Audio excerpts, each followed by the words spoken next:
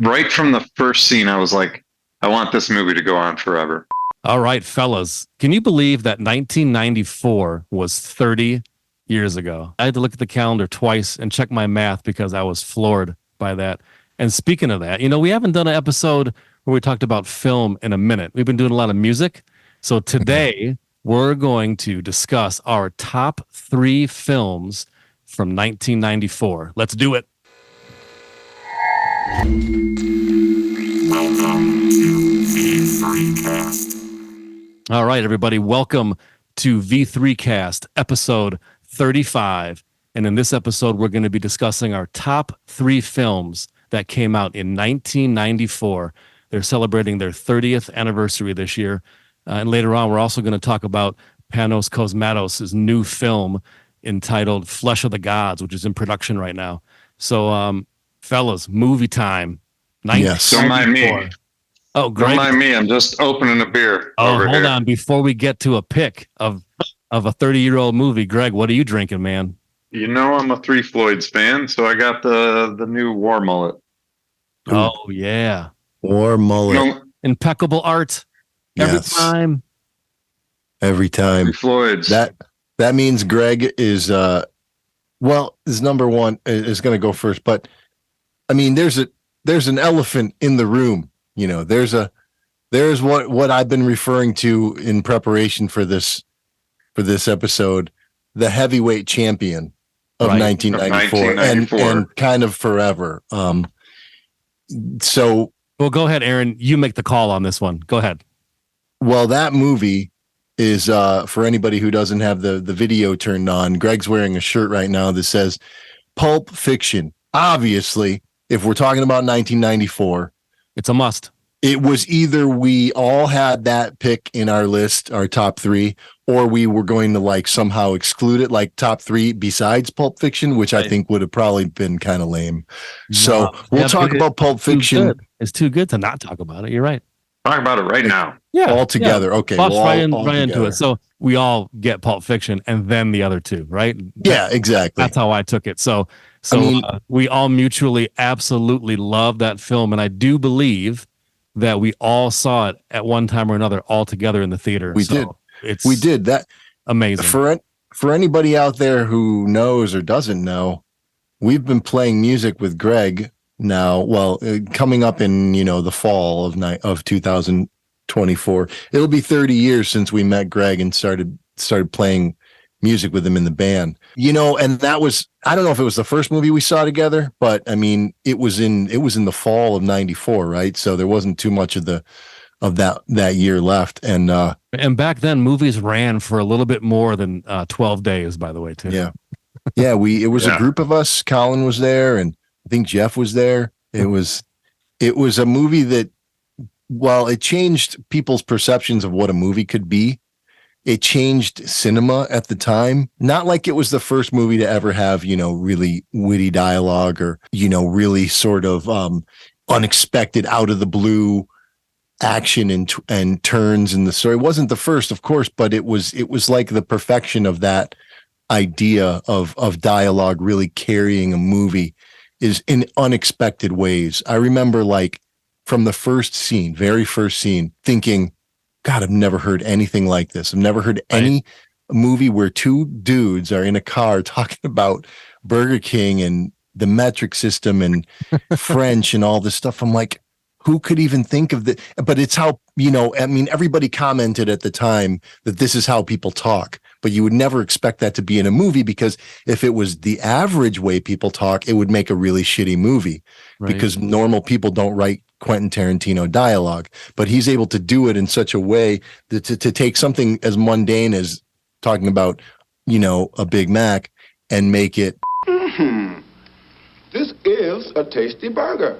Was it Big Mac? Le Big Mac. Yeah. to take something as mundane as Le Big Mac and turn it into dialogue art and have the whole theater cracking up in the process. So that was when I knew we were in for something different. What's up? You were thinking of the quarter pounder with cheese because they don't have the fucking metric system. So that was the Royale with cheese. Right.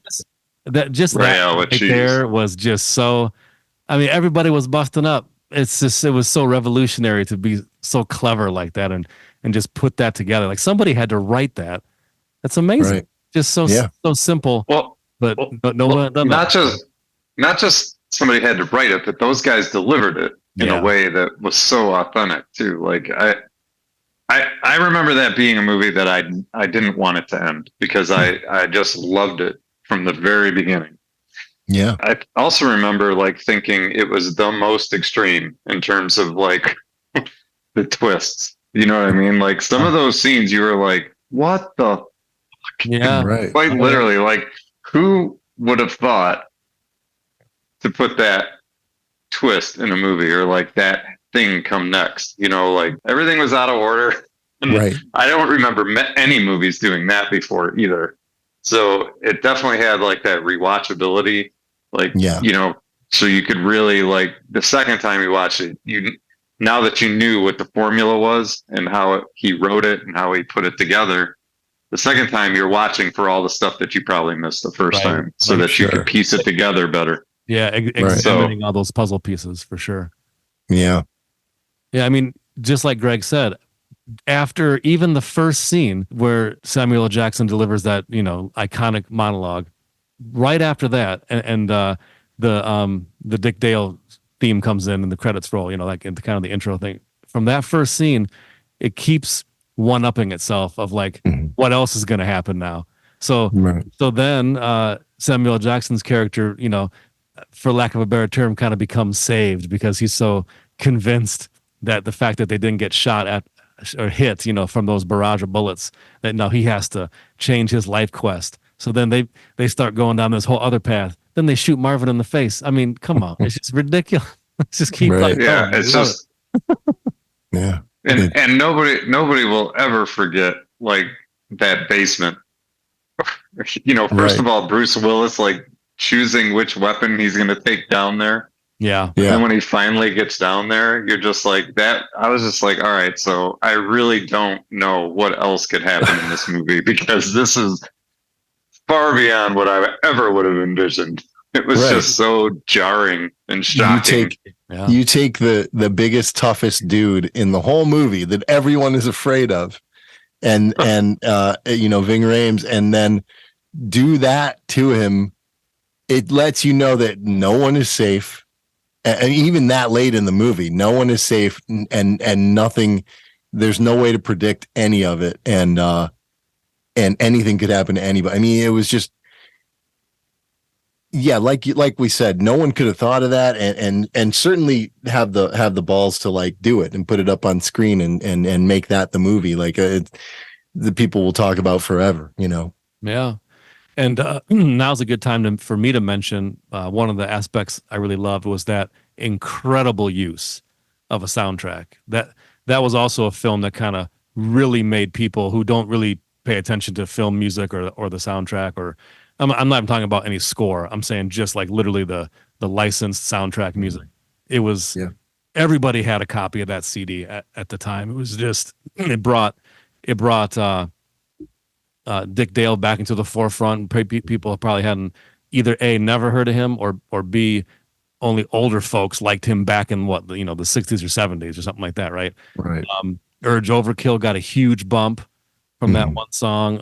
It just goes on and on. It was all classic songs that were put together perfectly that really complemented every scene they were in. I really enjoyed that soundtrack. Oh yeah, it changed things as far as soundtrack stuff go too, you know, like I had to sell more than most movies at the time, although Forrest Gump, which was also 1994, sold quite a few soundtracks. Here's another thing. I know that Steve and I hadn't seen Reservoir Dogs, hadn't ever heard of Quentin Tarantino, so we didn't have any idea what to expect. But Greg, had you seen Reservoir Dogs? Like, did you have some clue that this guy was making, you know, crazy movies? Yeah. I think I saw Reservoir Dogs before Pulp Fiction came out, but I mean, I think Reservoir Dogs is completely different, you know. Right. So you couldn't have anticipated that Pulp Fiction was going to be that kind of sort of genre changing film that it was destined to be, I guess. And I just remember like we I know we saw that movie multiple times in the theater. Like, hey, when you guys went with us, do you remember like bottles like rolling underneath the Yes. seats of Yes, the I do. theater, like Yes, I do. all the way from the top? Like, Yeah. because we were sitting up by the top, and they Yep. And sort it of kept going. like It kept rolled going. and clinging off all the seats on the way down to the very front row. Yeah, it was Because we had- exactly we how had- you engineer it in a film if you wanted to showcase that happening. It was just like that. Yeah, because we had snuck some beverages in, I believe that. Yeah, and so that's the result of going to a movie with Mal for sure. Yeah. And then, but like me and my entire circle of friends were obsessed with it, as were you guys. So like it was just one of those films that you see so many times and then buy immediately when it comes out. I don't remember specifically, but I feel like I probably saw it probably 3 times in the theater. That's a pretty safe bet. Probably not more than that, but then we had it on VHS and or DVD, for a year. I mean, all of us still have a copy of that now. So it's always been in our collection. And I mean, talk about iconic. It also resurrected, for example, John Travolta's career, because I mean, this is before our time a little bit, but he was in a whole bunch of films in the 70s that were very popular, like Saturday Night Fever, and talk about soundtrack, by the way, that one was also huge. But I think he was kind of fading a little bit, or just not getting those, leading man roles type of thing. And when Pulp Fiction came along, I mean, he worked strong after that for 20 years or to current day, I guess. Really, I mean, he hasn't been anything that I'm aware of semi recently, but I mean, that could also be COVID goofing up that kind of trajectory or momentum as well, perhaps. Oh yeah, it definitely resurrected his career, and Tarantino did that with other people too, as he went along. Yeah, but like that he was even like brought an actress I know he adored probably in all through the 70s, but Pam Grier, he brought her for Jackie Brown, and she worked a lot after that too. So I mean, it's like anything Quentin Tarantino touches, if you're an actor, you want to try to be involved with that if it's at all possible, for sure. Absolutely. All right, Greg, what are your other 2 picks of 1994? All right. Well, so the other one that came out that year that my friends and I kind of obsessed about, and it kind of made us think that like, shit, we could probably make a movie. And I didn't quite understand why it was in black and white, but the movie was Clerks. And love it. It made you think you could make a movie, but of course I couldn't make a movie like that. Like I wouldn't even know where to begin, because it's just so like it's another dialogue movie, like that whole conversation about the people working on the Death Star, so there were things about Clerks that sort of like I related to because I grew up on, so obviously it occurred to me early on that, okay, the guys that are making this movie obviously are the same age as me and like love Star Wars, and like, you get introduced to like Jay and Silent Bob and you're just like, what the hell is the deal with these two? And like the guy, I'm not even supposed to be here today. Like the whole thing was just like, why is it in black and white? Like it seemed possible that you could make a movie, which I thought was really cool about it. But obviously I couldn't write dialogue that good either, so another dialogue driven movie for me, Clerks, for sure. And then the third one, this is kind of like a 1994 with an asterisk, because I don't think I saw this movie in 94, but I did watch it recently. And then as I was looking through, doing my homework for this assignment, I noticed that this movie was made in 94. And I don't know if you guys have watched it recently or at all ever, but In the Mouth of Madness. Yeah, it's a good one. It's a John Carpenter movie. Yeah. But I feel like it's underappreciated because it's not like, I don't know, like it's just not one that everybody talks about from him. Like, well, he's got so many good ones, let's be honest, but like In the Mouth of Madness kind of gets overlooked, and I'm not quite sure why, because talk about a movie that like makes you feel like you're on drugs. That's one of his movies, right? Yeah, it is. Yeah. So it's like by the end of it, you feel like you're almost as crazy as the guy in the movie, Mhm. And early on, he was like a total skeptic, like, oh, this is not really happening to these people. You could never have. And then by the end of it, you feel like you've completely gone crazy with him. Right. And so I don't know that I say it's an asterisk because I probably didn't. There's no asterisk just because you didn't see that. I didn't see it in '94. That's the thing, but it is a 1994 film, and I actually really, really liked it when I sat down and watched it. We've done movie things from like the 70s that we didn't see right when it came out. Like that's no big deal. Right. Are you sure? That's a pure pick right there. Just to make sure, that is the one where it's Sam Neill and it's that author Sutter Kane, right? Yes. Yeah. It reminds you of like Stephen King. Sutter Kane's like the Stephen King character, and I think I saw that about maybe 3 years ago or something like that, and it is an underrated gem actually. Yeah. Like it didn't hit like the culture like like The Thing or Halloween. That one doesn't seem to have as much punch. There was a sort of a time where it seemed like people kind of turned away from Carpenter, into the 90s. He had his beloved hits in the 80s. But there's some great stuff in the 90s that people don't really talk about, and that's one of them. This one in particular, I was watching it and I was like, why don't people talk about this movie more? Like, it's got such cool, it's not over the top like Halloween or The Thing, but it's subtle and it's effective, and it's just more of a cerebral, mind fuck kind of movie. And like I said, by the end, I felt like I had gone crazy with Sam Neill, I was sort of like on his side. I'm like, the guy's telling the truth, man. What? Right. It's just really, I don't know. I think it's underappreciated. Yeah, that's a strong 90s Carpenter film. So anybody listening hasn't seen that one, put it on your list. It's definitely recommended. Yep.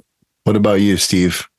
I got some fun ones, man. First one I'll mention, I kind of have two contrasting ones. One is a blockbuster and one is only people in our bubble probably have seen it. So the first one is the blockbuster. I got to go with Forrest Gump. I just absolutely, since day one, have loved that film. It hits every single mark that it needs to. Robert Zemeckis just had command of the vibe of that, and Tom Hanks just delivered beyond quality acting. I mean, he's that character. You know what I mean? It's just it was 100% right on the money. The music was great. The writing was great. All those characters, Gary Sinise's character, Lieutenant Dan, absolutely fantastic. And I forgot the actor's name, but Bubba, his friend in Vietnam. I love that guy. It just you just loved him in that brief time that they were together on screen. Man, it hits every mark. It's got the funny, it's got the sad, all that stuff. And Alan Silvestri's score, believe it or not, you would think the guy from Predator did Forrest Gump. Yes, he did, and it was great. It was what. The score is so good. Yeah, that main theme is like when it comes on, I'm like, man, I got to get that on vinyl. I still don't have it on vinyl. yeah. So it's on my list of records to get. There you go, man. Yeah. Oh, another cool thing that I really like is at the time, those special effects that they did to kind of insert Forrest Gump in the period correct little scenes.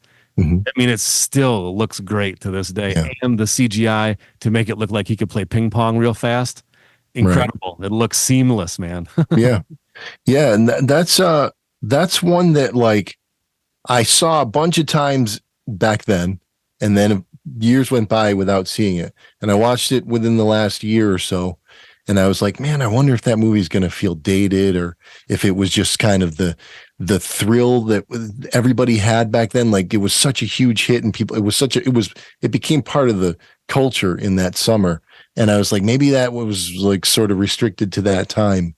I don't know. And I watched it again recently, and I was like, nope, it's great. It's timeless. Doesn't matter about when you watch it. And my kids, who obviously weren't around back then, they loved it too. And they got into it just like people did 30 years ago. And they were buying t-shirts and Bubba Gump hats and stuff. So the movie is magic, and it doesn't matter when you see it or how old you are or anything. It's a classic. Yeah, it just appeals to that core human nature, and it is timeless. It really, really, really is. All right, so my next pick is as I was saying, the more abstract one, if you will. Definitely not a blockbuster, but I love it nonetheless. But it's Phantasm 3, Lord of the Dead, and I didn't see that. I had a sneaky suspicion you were going to go with that. Oh, did you? Okay. I actually didn't see that one at the theater. I don't know. I'm trying to remember. That's an asterisk. We were probably playing. You put an asterisk on that. That's right. Tell him, Aaron. It is the third installment in the Phantasm series. That was 5 altogether, and it was written, directed, and produced by Don Coscarelli. Same music from Fred Myro, and man, one cool thing about this, I know you guys remember this, but if you recall, in Phantasm 2, they recast Michael, but in Phantasm 3, Lord of the Dead, Michael Baldwin is brought back in, so it just feels. I mean, it just feels like right. Again, it feels like it's meant to be, and this one, I feel like they had a little more money, and is getting a little more modern. We're talking early 90s, so there was just some things that were different than the original 70s version of the first film. And I like that how they had Jody kind of the spirit of Jody kind of helping Michael here and there. He was almost like like a force ghost or something, Right. And that one girl, Rocky, who had like the kind of flat top, short cut, the kind of like military, mercenary type girl or something like that. She was cool, a definite ass kicker. So that brought a different dynamic to the typical formula for Phantasm. I think it kind of like broadened it out a little bit, and they definitely had more fun with the spheres. Even the opening scene in the hospital was really cool. So yeah, fun. I mean, I personally love all the Phantasms. Yeah, me too. I got no complaints, and I'm so happy that they got to do that fifth one that was kind of in Don's head floating. Like, he wanted to kind of finish it up, or he had another one in him. So they were able to do that with the full cast still. Everybody was still living at that time. So very thankful for that. So we got 5 Phantasm movies that you always have them. And I have a box set, so I always have them. Yeah, absolutely. Like, we have a special affinity for Phantasm, considering we did a cover of that main theme for the Scored to Death, and that was like, it felt like the perfect mix of horror and science fiction, which is what our band is kind of founded on. The whole Phantasm mega story is just so awesome.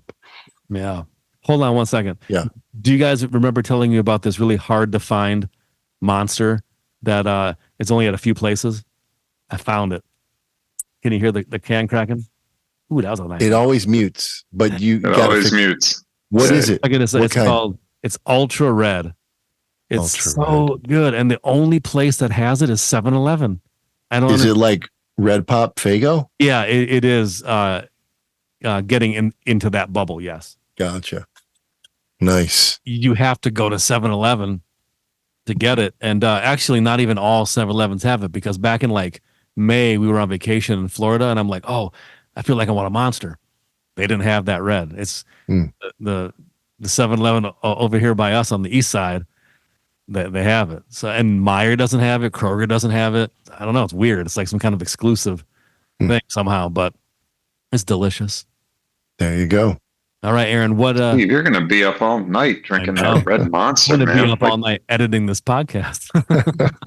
Aaron, what are your 2 picks, man? Okay, my remaining 2 picks. I'll go in order they were released.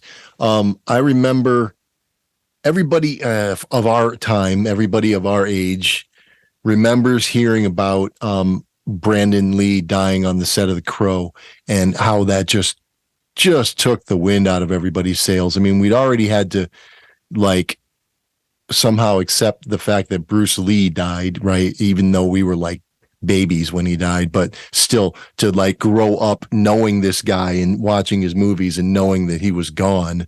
Right. And then he's got too young too. Right. And now he's got a son, and his son had been in a few movies, but this was his breakout movie. It was poised to be, and he was, he looked a little like, a pretty decent amount like him, and he kind of reminded people of him, and the way he talked and his movements. And it was a big deal. The Crow was coming. It was a comic book adaptation, and there hadn't been that many at the time, not many. And it was a story that was set in Detroit, which was really cool for people around here. And then he died, and it was like, how is that even possible? How could that happen to both of those people, father and son, and everything? So that put like this weird spotlight on the movie. Sort of depressing, but also like, okay, this is his legacy. This is what he's leaving behind. And at least, they were able to finish it. And so that was a huge deal in 94 when that movie came out. And I loved it. And I saw it several times in the theater. And, we keep talking about soundtracks, but that's another one that like kind of wrote the book on like, what a soundtrack could do as far as the, using bands and stuff, the licensed music. And that really knocked it out of the park. That soundtrack was so popular. Everybody had it back then. So many great bands on it, Nine Inch Nails and Helmet and The Cure and everything. Come on, man. So that movie was great. He was awesome. You knew, it's sort of like with the Heath Ledger with The Dark Knight. You know that even if he had lived, it still would have been just bonkers, the reaction to it.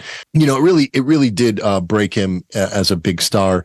And Alex Proyas did a great job directing it. It was super dark. It was great, well cast, and it was a really cool movie. My other pick was later. It was in the summer. I think The Crow came out in the spring. The second movie came out in the summer. It was Wolf with Jack Nicholson, directed by Mike Nichols.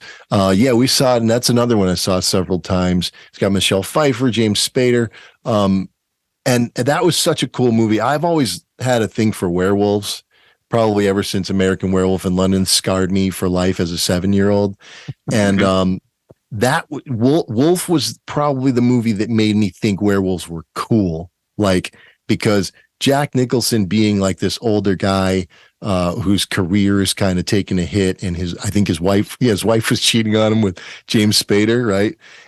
Who's a younger guy, and then he gets bitten by a wolf and just starts like de-aging. He starts getting invigorated. He gets his virility back. He turns into a total badass. And doesn't, can do whatever he wants because now he's a wolf. He never looks back. No, never looks back. And he's just so cool. It was one of his coolest, most fun and awesome performances. And also, what was one of the things that was really huge for me then, and still is, obviously this is well before we were going to see live action Wolverine, right? In X-Men movies. But we, as a kid, people who were into comic books were waiting for an X-Men movie. And, people would always kind of think of Wolverine as being like maybe a Clint Eastwood type or a Jack Nicholson type or, some other people like that. Jack Nicholson was very close in his look to Wolverine in that movie. And I would just sort of squint my eyes and just pretend he was Wolverine, sometimes during the movie, because James Spader kind of looked like Sabretooth and he looked like Wolverine. And that was super awesome. So I love that movie, Wolf. And those are my picks for 1994. It was a good year. I when I was going into it, I was like, man, there's not a lot of stuff here. I was like looking at these lists of 1994 movies and I was like, it wasn't that great a year. And then I kept seeing more and more. They kept jumping out at me and I was like, oh no, I was wrong. It was an awesome year. Yeah.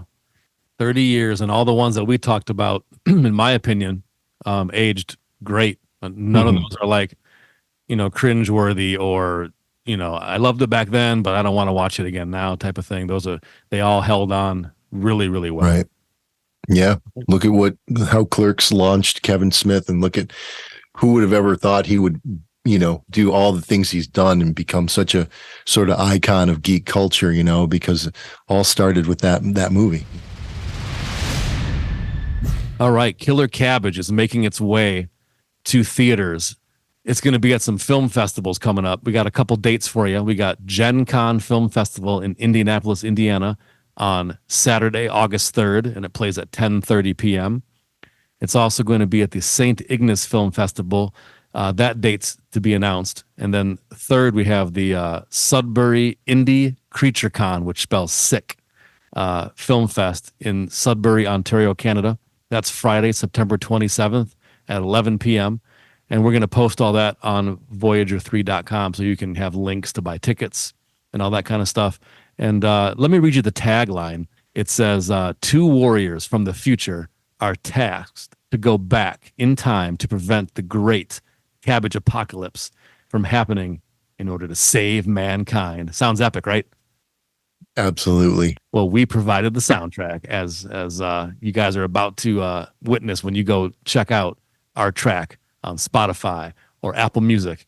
It is March of the Kabbage Heads. Aaron, tell them about it. March of the Kabbage Heads is a solid banger. It's heavy, which is important to me as a musician. I want to be able Aaron to likes to keep it heavy. I want to keep it heavy whenever I can sneak that in there. So, yeah, there's going to be more film festival dates, I'm sure. So we'll post those on the Voyager3.com as we get them. Isn't there a special cameo in this movie, Steve? That's right. If you look on IMDb, it says Lloyd Kaufman. So how cool is that? The creator of Trauma, the writer and director of Toxic Avenger, and many others. He's listed on IMDb, so you'll have to wait and see the film to see exactly what's going on with that. I'm not spoiling it. And this movie is heavily influenced by Trauma films. Very much so. I would definitely say so. Yep. Yeah. Kind of the schlock, the sci-fi, the silliness. Yeah. Really good combination of that kind of stuff, just like what you'd expect from some of the Trauma films, no doubt. Yep. All right. So once again, go to voyag3rstore.com and pre-order the CD and cassette. And that ships July 19th.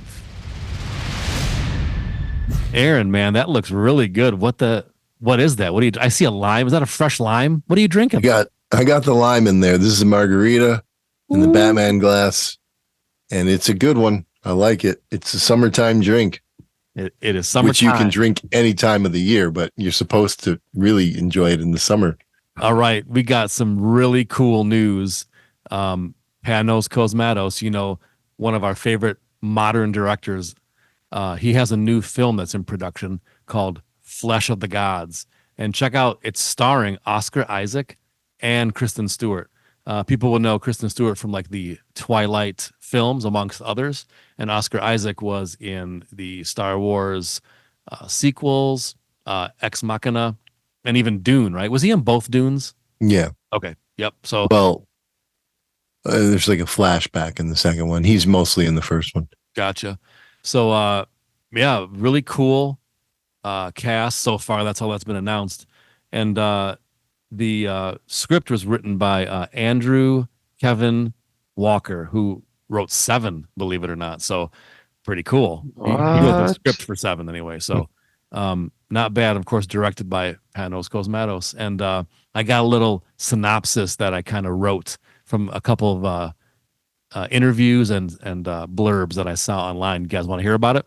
Yes. First of all, it's vampires. Cool. They're not even trying to hide that. So this is no spoiler. But they don't sparkle though. God, no. I doubt it. No. I mean, you said Kristen Stewart's in it. I know, right? I know. It's a valid question. She's done a lot of stuff since then.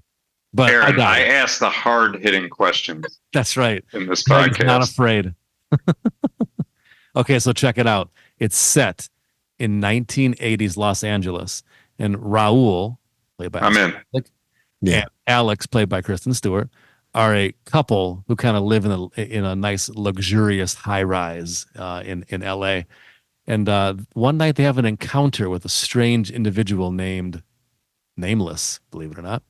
And after that, it takes the couple down this road of like debauchery and self-indulgence and danger. And one of the producers on there said it's got like a really cool 80s punk aesthetic mixed with vampires. And if you know what Panos Cosmatos has already done, you kind of get a sense this is going to be very spectacular and probably a little bit of something you've never seen before, which is what I'm hoping for. So they say it might debut at Cannes, but I have to look up and see when Cannes is. But I feel like they're probably talking about 2025, right? Unless they've already been working on it, and they're kind of not letting you know that they're almost done or it's in post or something. I don't know. I'm not sure, but they say it's going to debut at Cannes, but they didn't say what year.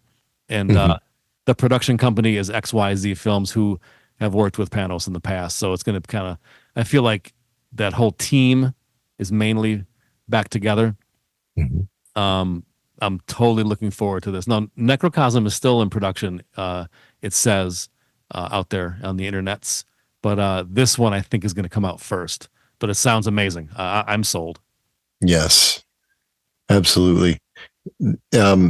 He's made, these great movies so far, and I just feel like he's always going to be like an event filmmaker, Yeah, because he's proven himself so far. Yeah, everything he does is tilted just enough to be like, well, I've never kind of seen that before, or this has never been lit this way before. Just all those sorts of things, and that's really what interests me when I see movies. Obviously, besides a good story, I like to, and even with music, if I hear something for the first time, I want it to make me go, oh, I've never heard that approach before, or that kind of thing. So Panos is great for that. So bring it. Yep. Do you think it will surpass the greatest 80s vampire movie? Are you talking about Lost Boys? Yes. Difficult. I'm going to say right now it will. I'll just call get out of here. So yeah, the minute we hear more stuff here on V3 Cast, we will let you know, because we think a lot of the people that like the same stuff we like and all that sort of thing, that you are probably already Panos Cosmatos fans. I have a feeling a lot of you are. So you'll want to know the release date of his films, for sure. We should just get him on here to talk about it. Yeah. Let's go right to the source, Steve. We're gonna get him. Yep. He already knows that we're gonna have to do one of his movies one day. We're gonna do one of the. It's like him and the three Floyds guys. We're gonna get them. They're all gonna be on the same episode. We've been bugging them long enough. Yeah. There's this song by Blondie called "One Way or Another." That's us. We're just like hovering around. We're gonna get you. Yeah, we're gonna get you. Hey, we got to make sure that people know to tell us their 3 favorite 94 movies in the comments. That's right. 1994. Yeah, what did we miss? Yeah, let us know. A lot. Let us know what you like and why, because I always say this is that this is just a vehicle for us to go, oh, I haven't seen that, or I've never even heard of that. So now we'll learn something new and be able to enjoy something. So yeah, we're looking forward to checking out your guys' picks. And I think so one last reminder is make sure you pick up the our film score to the upcoming film Killer Kabbage. CD and cassette is available for pre-order right now at voyag3rstore.com. And the first single, March of the Kabbage Heads, is on all streaming platforms with a special B-side track. So you get 2 tracks. How fun is that? Yep. The B-side is not on the record, by the way. It's not on the CD. Yeah, that's an exclusive. That's right. Yep. Absolutely. All right. Thank you for tuning in to V3 Cast. If you like Voyager 3, us schlubs here doing a podcast, and you like sci-fi and horror and films and music, go ahead and subscribe, because we talk about this kind of stuff pretty much every single episode. And until next time, watch something good, and we'll see you soon.